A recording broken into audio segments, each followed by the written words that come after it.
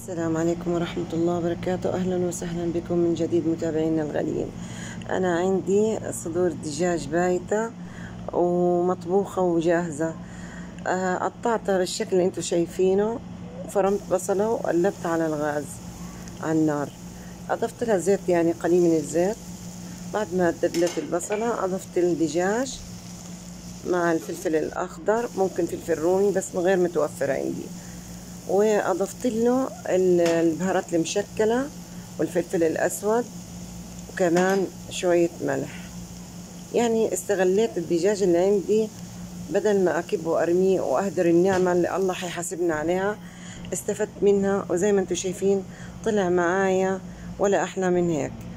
طبعا قلت خليني أعمله سندوتشات. قلت جنبه بطاطس وقطعت مخلل خيار، وهحط في العيش التورتيلا زي ما انتم شايفين.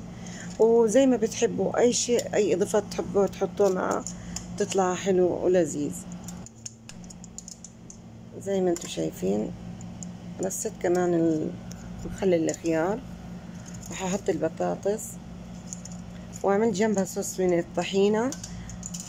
ممكن تحط اي صوص انت بتحبيه، مو شرط طحينة، ممكن مايونيز اي شيء. وحضيف لها كمان الكاتشب، وممكن شطة، اي شيء انت بتحبيه او بتحبوه ضيفوه.